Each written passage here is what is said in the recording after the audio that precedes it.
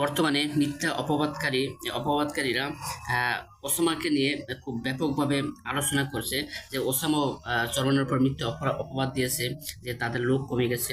আর লোক কমা বা বেশি বাড়া এটা হকের উপর নির্ভর করে না।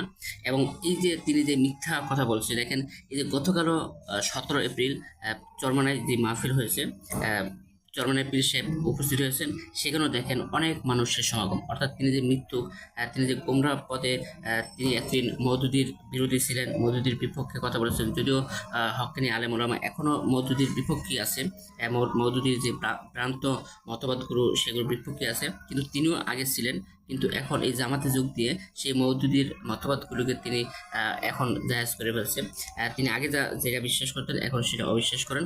অর্থাৎ তিনি যে হারাম কাজে যুক্ত হয়ে এখন আগে যেটা হারাম বলতো সেটা এখন হালাল বলে, আগে যেটা হালাল বলতো সেটা এখন হালাল বলে। অর্থাৎ তিনি আরো গোমরার থেকে আরো গোমরার দিকে দিন দিন ধাবিত হচ্ছে।